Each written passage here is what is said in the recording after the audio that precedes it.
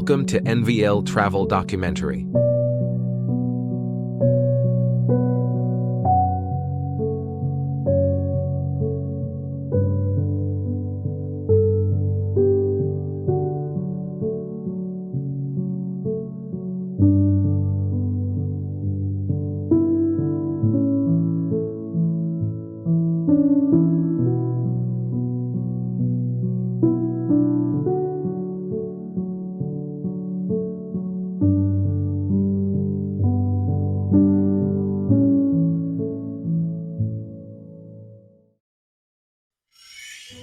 In a city where real estate prices rival Manhattan's, just a few kilometers from the shimmering towers of Mumbai's financial district, lies a world few outsiders dare to enter, Dharavi, the most crowded slum on Earth. Over 1 million people are crammed into an area no bigger than New York's Central Park, living wall to wall in makeshift homes made of tin, wood, and scrap. There is little clean water, scarce electricity, and almost no privacy. Just heat, noise, and the constant pulse of human survival. But Dharavi is not just a place of poverty, it's an engine. A hidden metropolis that recycles the waste of the city, sews its clothes, tans its leather, and fuels an underground economy that most of Mumbai depends on, yet few acknowledge. Here, life is lived in inches, factory floors double as bedrooms, kitchens share space with sewage lines, and families of 6 squeeze into rooms the size of a closet. The air smells of burning plastic and street food. The sound of machines never stops, and yet, somehow, there's order in the... I came here not to pity, but to understand. What drives people to live and thrive in conditions most of us couldn't last a day in? Are we seeing Dharavi as it truly is, or only through the lens of what we're afraid to confront? Today, we're stepping inside to listen, to witness, and to uncover the stories that don't make it into headlines. This isn't a tour, this is a reality check. Because behind the dust, the sweat, and the noise, there are lives worth knowing. Number 1. Born Not Built, The Untold Origins of Dharavi. When people think of Mumbai, India's buzzing economic powerhouse, the images that often come to mind are towering skyscrapers scraping the sky, luxury cars weaving through endless traffic, or the glitz of Bollywood casting glamorous shadows on crowded streets. But right in the heart of this modern metropolis lies a place that rewrites every rule of urban living. A place not built from blueprints, but grown from necessity. Welcome to Dharavi. This isn't a neighborhood that was carefully planned. It was born raw, chaotic, and unrelenting. Back in the 1800s, long before Mumbai became Mumbai, there was Bombay, a colonial port city carved out by the British on a string of 7 islands. On the periphery of this rapidly growing colonial hub sat a sleepy fishing village nestled on marshy tidal flats. That village was Dharavi. The transformation began with displacement. In the 1890s, when the British cleared inner-city slums to make room for infrastructure and commerce, working-class communities, potters, tanners, leather workers, butchers, tailors, were pushed out toward the city's edges. They landed in Dharavi, where land was cheap, flat, and overlooked. Each wave of migrants brought with them their tools, their trades, their languages, their gods, and their hopes for something better. What emerged wasn't a neighborhood in the traditional sense. It was a self-made organism, a living labyrinth. There were no architects, no government blueprints, no infrastructure, just families building room upon room, workshop upon home, lane upon lane, until a new city within a city came into being, messy, improvised, and bursting with life. By the mid-20th century, Dharavi had become the go-to place for the city's poor but industrious, not just a shelter, but an engine of survival. Today, over 1 million people live within its compact sprawl, squeezed into less than 2 square kilometers of land. That's over 400,000 people per square kilometer, making it one of the most densely populated places on the planet. For comparison, that's more than twice the density of Manhattan's most crowded block.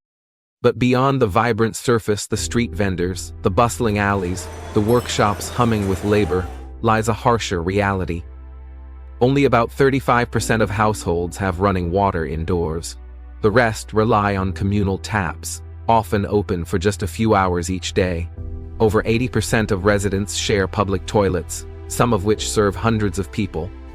Waste management is tenuous, and during the monsoon months, flooding is frequent, bringing waterborne diseases with it.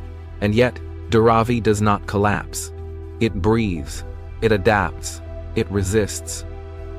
What started as a neglected fringe has evolved into one of the world's largest informal settlements, complete with an underground economy, community-run schools, religious shrines on every corner, and an indomitable spirit, a slum born from displacement. Sustained by labor, teetering on the edge of crisis, yet filled with life. This is not just a backdrop to Mumbai's progress. It is its mirror, exposing the beauty and brutality of urban survival in one single, beating heart. Number 2. Life between the lanes. Daily survival in Dharavi. Life in Dharavi begins before the city wakes. By 5 a.m., the narrow lanes echo with the sound of plastic buckets scraping against concrete, a quiet race for water. Children in flip-flops, elderly women in faded saris, young men with sleepy eyes, all waiting at communal taps, hoping to fill their containers before the supply runs out. Water is not a convenience here, it's a daily quest. Inside the homes, if you can call a single 10x 10-foot room a home, space is redefined. A room might sleep a family of 5, 6, even 8. Beds double as storage. Ceilings often serve as someone else's floor. There are no corridors, no privacy, only coexistence. And yet, life doesn't just go on, it persists. It insists. Children rise and dress in hand-me-down school uniforms, patched more times than they've been washed. Some carry their school bags like treasures. Their destination? Tiny, community-run schools, often started by ex-teachers, volunteers, or even a determined parent who believed education couldn't wait for policy. Over 30,000 children in Dharavi attend these schools, some learning on rooftops under blue tarps, others sitting cross-legged on bare floors, competing with the sound of sewing machines and honking rickshaws. Light bulbs flicker, books are shared, and still, they learn. Outside, the streets awaken in layers. They become kitchens, workshops, living rooms, salons, and temples, all rolled into one. Women squat beside water buckets, scrubbing clothes with practiced rhythm. Vendors fry samosas in open walks. Barbers set up shop with a mirror nailed to a wall and a stool on the pavement. Young boys play cricket with sticks and plastic bottles, dodging bicycles and goats. Tea stalls are the social hubs where politics is debated, cricket scores analyzed, and local gossip flows with each cup of chai. Strangers become familiar, not through technology, but through daily ritual. Life spills into public space because there is no other space. But alongside this vibrant street life runs a darker undercurrent. Dharavi produces over 800 tons of solid waste every month, and formal waste collection struggles to keep up. Trash piles up in corners.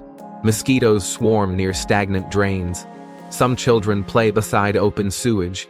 Others study while holding their noses against the stench. Healthcare is painfully out of reach. There are only a handful of government-run clinics for over 1 million people. The ratio? 1 doctor for every 10,000 residents, well below the national average. During emergencies, families rely on whispers. Which local practitioner is trustworthy? Which one has medicine today? Many of these practitioners are unlicensed, but they are better than nothing. And in Dharavi, better than nothing is often the best you get. And yet, there is still hope, stitched into every corner. Neighbors lend rice or sugar without a second thought. Women form self-help groups to share savings, support childbirth, or cook for sick neighbors.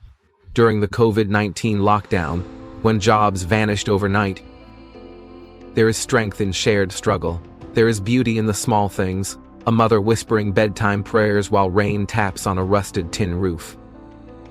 A father pedaling home from the recycling yard with dinner in one hand and a second-hand toy in the other. A girl teaching her younger brother how to spell future, letter by letter. You might expect despair in Dharavi. And yes, there is pain, there is loss, there is injustice, but what you'll more often find is resilience. A resilience not born of heroism but of habit. Not loud but steady.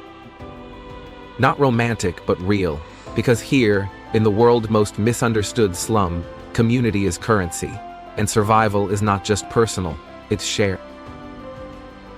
Number 3, factories without walls, inside Dharavi's billion-dollar economy. When people hear the word slum, the first thing that comes to mind is usually poverty. But Dharavi doesn't just defy that expectation, it obliterates it. Because behind the corrugated metal roofs, tangled wires and narrow lanes lies something astonishing. A massive, invisible economic engine. An informal economy that moves at the speed of human hands, not algorithms. This is a place where industry doesn't wear a suit. It wears stained aprons, cracked fingernails, and dust-covered sandals. Dharavi is home to more than 12,000 micro-industrial units, packed into rooms no larger than a garage. Plastic recycling, leather tanning, textile production, pottery, embroidery, metalwork, food processing, you name it, it's here. If it can be made, fixed, reused, or reinvented, it's happening behind one of these makeshift doors. Take plastic, for example.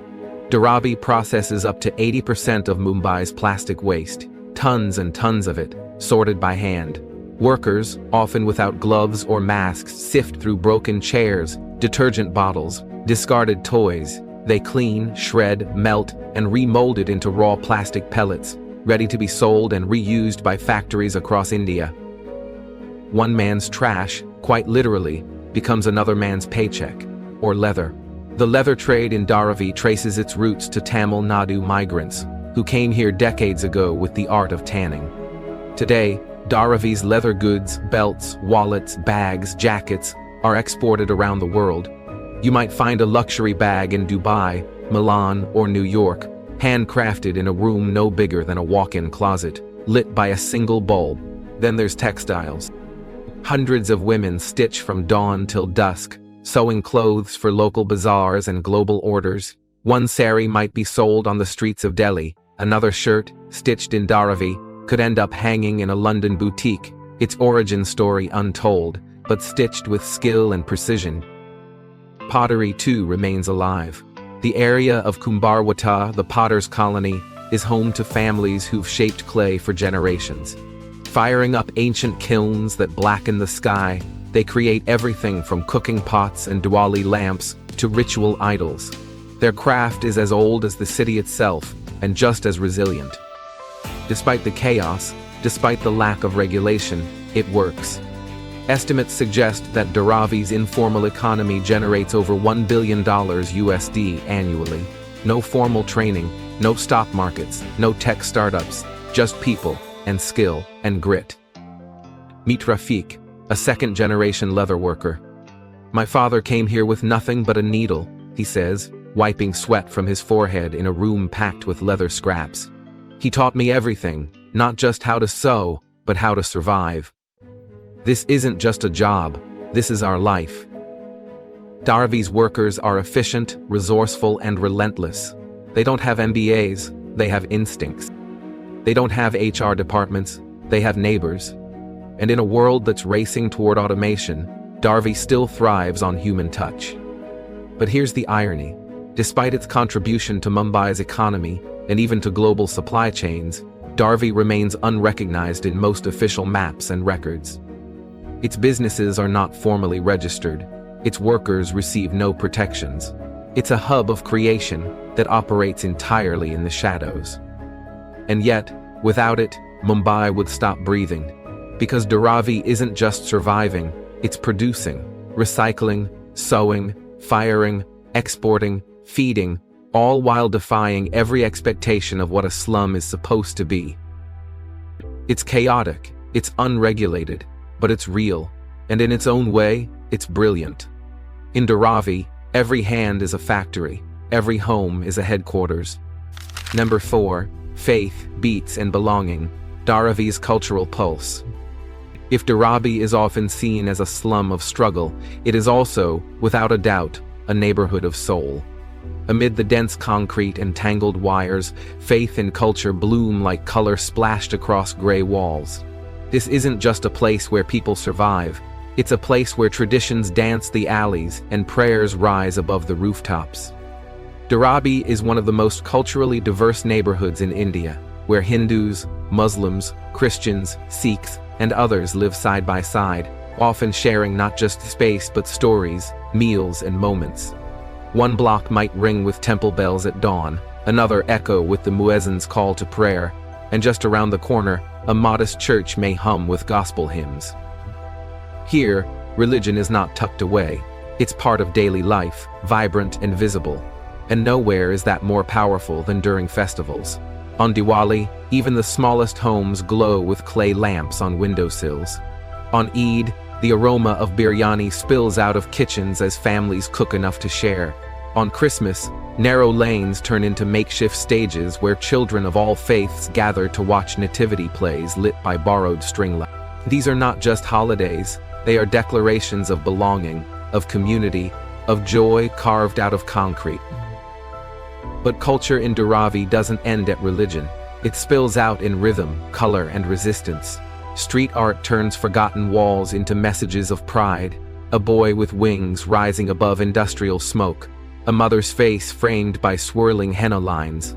Music pulses from rooftops and back alleys. Traditional Doha drummers bring energy to public celebrations, while local hip-hop crews, young, multilingual, fearless rap about identity, survival, and injustice, recording on smartphones and uploading to the world.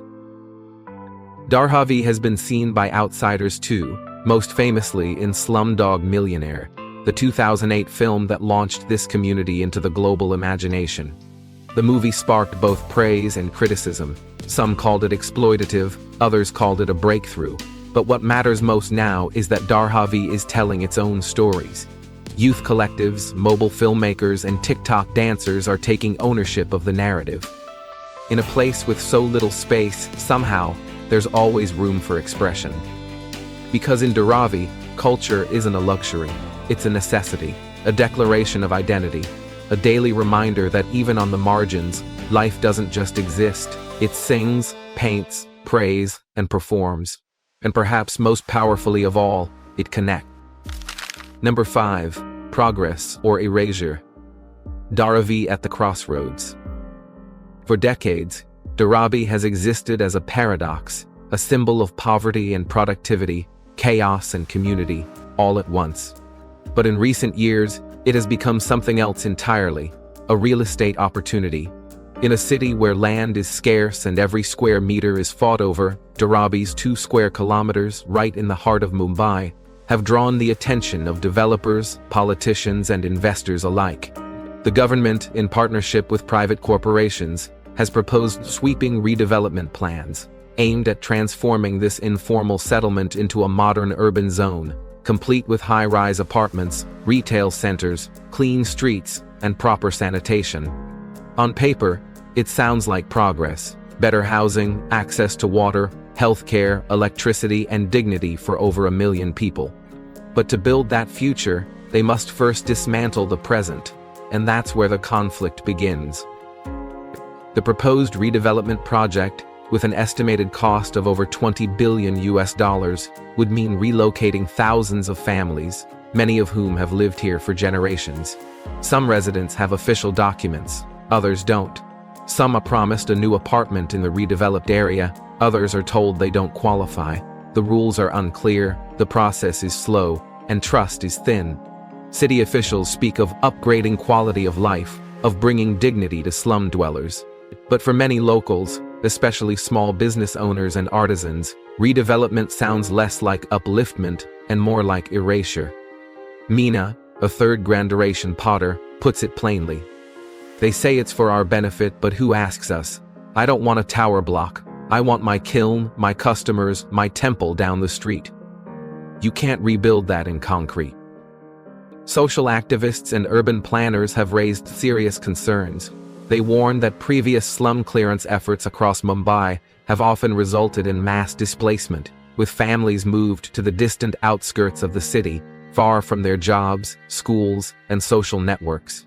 In some cases, new housing lies vacant or falls quickly into disrepair due to poor maintenance and planning.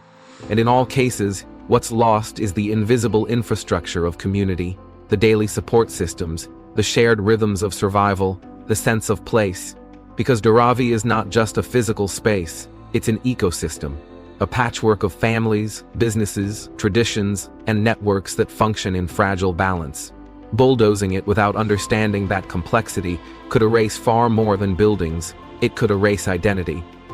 And so, as redevelopment plans move forward, the people of Dharavi find themselves caught between two futures. One that promises clean lines and glossy towers, and another that defends the messy, resilient living organism they've built over generations. And the question remains, in our race to modernize, can we upgrade a slum without uprooting its soul? Dharavi is a paradox, a place where poverty doesn't mean powerlessness, and struggle doesn't erase strength. Yes, it is poor. Yes, it is crowded. Yes, it is fragile. But it is also full of life, labor, and something the city outside often forgets: resilience. In Dharavi, people don't just survive. They build, they create, they protect, they dream. You see it in the hands that shape clay in the dark, in the hum of sewing machines working through the night, in the eyes of a child walking to school through a flooded alley, school books held above the waterline like a treasure. For decades, Dharavi has been treated like a problem to solve. But maybe it's time to see it for what it really is: a community, a system, a story, one that may not fit neatly into government reports or luxury redevelopment plans, but one that matters. The real question isn't just how to develop Dharavi, it's how to do so without erasing the soul that lives inside it. In a world obsessed with concrete progress, how do we protect the human spirit? How do we preserve what's handmade, hand-built, handheld? As this story draws to a close, the camera doesn't linger on a skyline, but on a child kicking a plastic ball through a dusty lane, on a grandmother laughing with her neighbor, on a father weaving through traffic with 3 lunchboxes and a quiet smile. Life, unfolding, not because it's easy, but because it must.